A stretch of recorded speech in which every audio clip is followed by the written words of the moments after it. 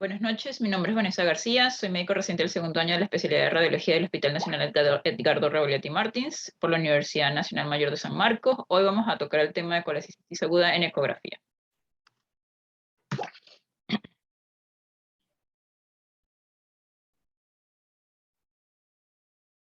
Ya, una breve introducción. Le recordar que la colecistitis aguda básicamente se refiere a la inflamación de las paredes de la vesícula biliar, que es uno de los motivos de consulta más frecuentes en las emergencias de los hospitales, y que el 90-95% de los casos es debida a la impactación de litiasis vesiculares a nivel del cuello o del bacinete o a nivel del conducto cístico. Y que 40% de estos casos de colecistitis aguda van a desarrollar complicaciones, incluyendo colecistitis enfisematosa. Además, las imágenes juegan un rol bastante importante en el diagnóstico oportuno de colecistitis aguda, sobre todo la ecografía siendo el método de imagen inicial en esta patología. Ahora, con respecto a la vesícula biliar, vamos a dar un breve repaso anatómico. Este es un saco músculo-membranoso en forma de pera, cuyas funciones básicamente son almacenar, concentrar y liberar la bilis. Tiene una longitud de 7 a 10 centímetros y almacena aproximadamente 50 mililitros de bilis. Está localizada a nivel de la fosa vesicular, entre los lóbulos hepáticos derecho y izquierdo, y se proyecta y se encuentra por debajo, en la cara inferior del hígado, ¿no? Tiene tres partes, que está conformada por el fondo, el cuerpo y el cuello. El fondo es la parte redondeada y más amplia de la vesícula biliar y se proyecta por debajo del borde hepático. El cuerpo es la parte más grande, se continúa con el fondo, ¿no? Y está en contacto con lo que es la cara inferior del hígado, tiene relaciones también con lo que es el duodeno y el colon transverso. Y el cuello es la parte más estrecha de la vesícula biliar que se conecta con el conducto cístico y que a su vez se une con el conducto hepático común para formar el conducto colédoco. También recuerda que hay una parte denominada infundíbulo, que es una parte cónica, una región cónica que se conecta a lo que es el cuello con el cuerpo y es un lugar frecuente de asientos de litiasis.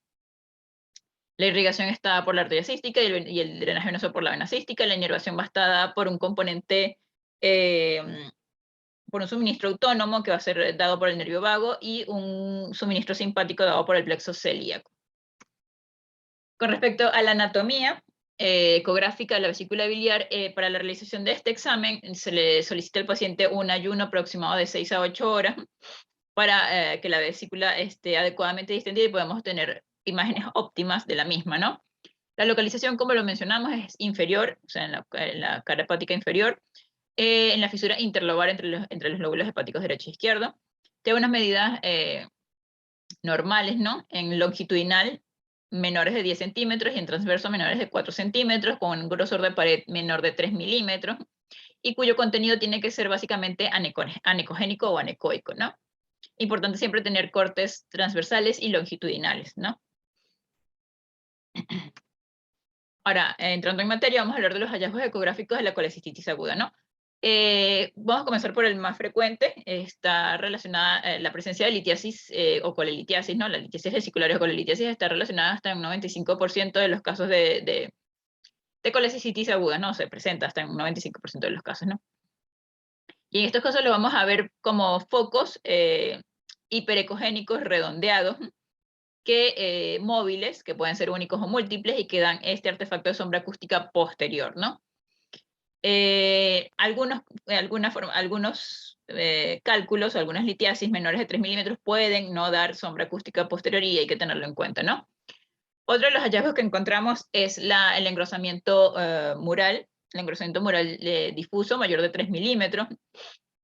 Este hallazgo en sí puede verse en otras patologías como la insuficiencia cardíaca descompensada, en la citis, en la cirrosis, en la hepatitis. Sin embargo, cuando vemos estas imágenes hipoecogénicas, intramurales, lineales, que le dan este aspecto estriado a la pared de la vesícula biliar, está bastante, y claro, en el contexto de una clínica relacionada a colecistitis aguda, nos habla más en favor de un diagnóstico de colecistitis aguda. Y se ha visto que la unión del engrosamiento mural mayor de 3 milímetros con esta característica que describí en relación con la presencia de colelitiasis, en algunas series se ha encontrado un valor predictivo positivo de hasta 95%. Otro de los hallazgos que podemos encontrar es que ya hablamos de las litiasis vesiculares, pero ahora vamos a hablar de las litiasis vesiculares impactadas. Esto va a ser la presencia de una litiasis vesicular, como le dijimos, una formación redondeada y hiperecogénica con sombra acústica posterior, pero que va a estar ubicada a nivel del cuello vesicular, a nivel del conducto cístico o a nivel del bacinete o del infundíbulo, y que van a ser no móviles, ¿no? Cuando se le pide al paciente que cambie de posición, estas se van a mantener en el mismo sitio, en el mismo lugar, y va a condicionar un aumento del tamaño vesicular por obstrucción de la salida de la bilis, ¿no? Esto, como dijimos, va a ocasionar que incrementen las dimensiones de la vesícula biliar, que es otro de los hallazgos que podemos encontrar, donde el diámetro longitudinal va a ser mayor de 10 centímetros y el diámetro transverso mayor de 4, algunos autores dicen mayor de 5 centímetros, ¿no? Y recordar que el diámetro transverso prevalece sobre el diámetro longitudinal al momento de hablar de un cuadro de colecistitis aguda, ¿no? Ahora, con respecto a la presencia de líquido pericolecístico perivesicular, lo vamos a ver como colecciones bien definidas adyacente a la pared vesicular, ¿no? Generalmente están ubicadas a nivel del fondo. Nos habla de un cuadro más avanzado de colecistitis aguda y muchas veces están en relación a perforaciones de la pared vesicular.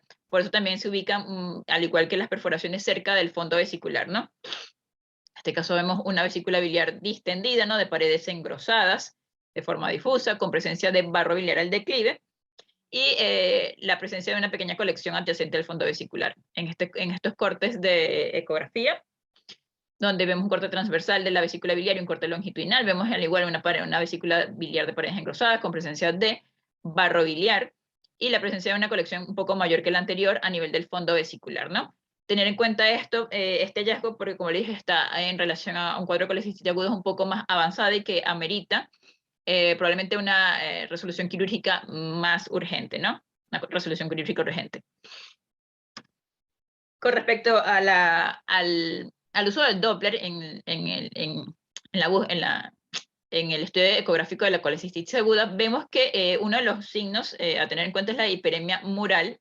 Sin embargo, este signo por sí mismo o único no tiene gran valor sin embargo, cuando se asocia con otros hallazgos que ya hemos descrito y cuando este mismo es a predominio de la pared anterior y del fondo vesicular, nos habla más en favor de un cuadro de colecistitis aguda, ¿no?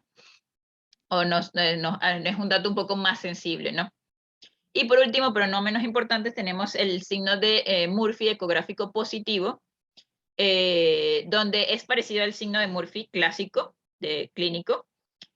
Sin embargo, este se realiza con el transductor y se va a presionar justo, se va a localizar la vesícula biliar y se va a presionar justo a este nivel. Por lo tanto, es un poco más sensible que el Murphy clínico, ¿no? Y esto, como sabemos, nos permite diferenciar de un cuadro de colecistitis aguda de un cuadro de colecistitis crónica.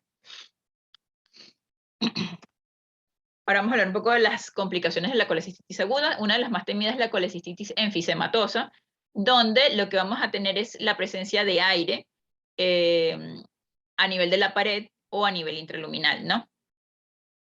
Entonces, ¿cómo lo vamos a ver? Vamos a ver focos hiperecogénicos, múltiples focos hiperecogénicos pequeños a nivel de la pared vesicular, cuando es intramural, que nos va a dar un artefacto de reverberación de ecos bajos posteriores o de ecos débiles, que nos va a dar un signo denominado o un artefacto denominado sombra sucia, ¿no?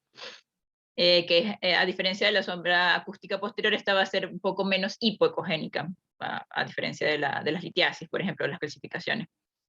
Además, cuando hay presencia de aire intraluminal, lo que vamos a ver es la presencia de estas, formaciones o de estos ecos internos hiperecogénicos, sin presencia que nos dan sombra acústica posterior y que son móviles, ¿no? Y nos dan esta imagen característica que es el signo de la champaña, o el signo de la vesícula biliar burbujeante.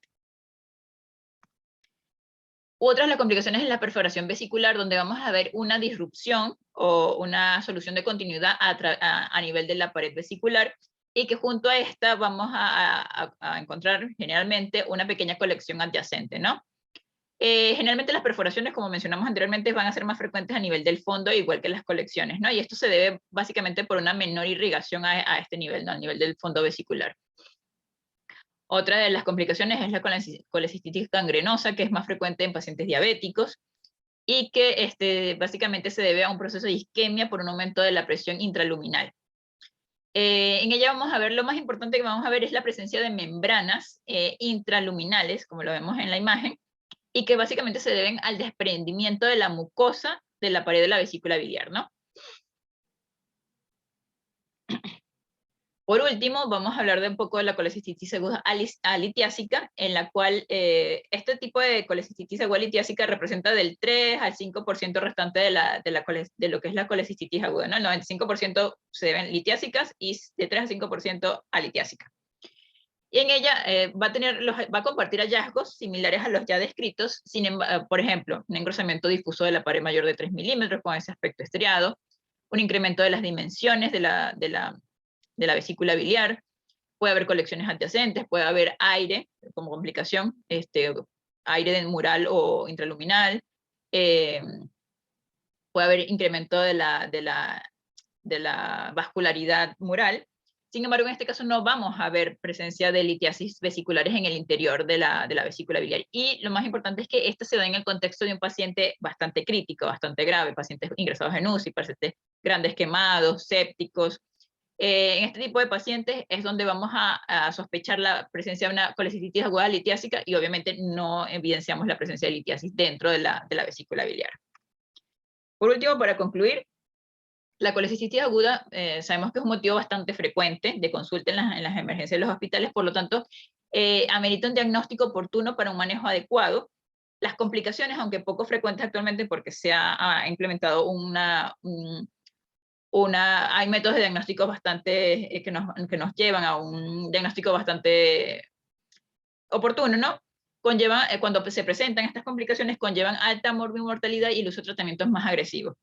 Y por último, las imágenes, en especial la ecografía, juegan un rol importante como examen inicial en el diagnóstico de esta patología, por lo que es importante conocer los hallazgos ecográficos relacionados al diagnóstico de colecistitis aguda y sus potenciales complicaciones. Esta es la bibliografía que se consultó para esta breve charla. Gracias por su atención.